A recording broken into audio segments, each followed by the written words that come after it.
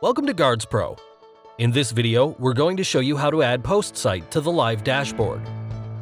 In GuardsPro, each one of your clients can have single or multiple post sites. Think of post sites as a number of locations where your guards will be posted. For example, a department store called Home Depot can have multiple locations in a city or a state. Each one of these locations would be referred to as post sites. Using post sites, you can create post orders, assign guards, set up site tours, assign tasks, add notes, and much more. Adding single or multiple post sites is easy with GuardsPro. To start with, click on Clients on the main menu on the dashboard and select Post Sites from the drop-down.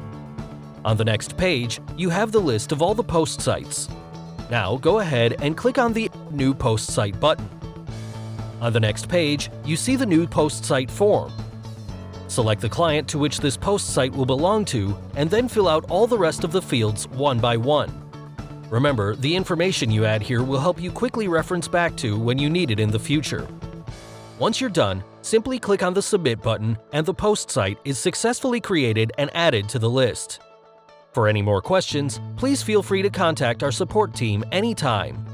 GuardsPro, #1 security patrol solution.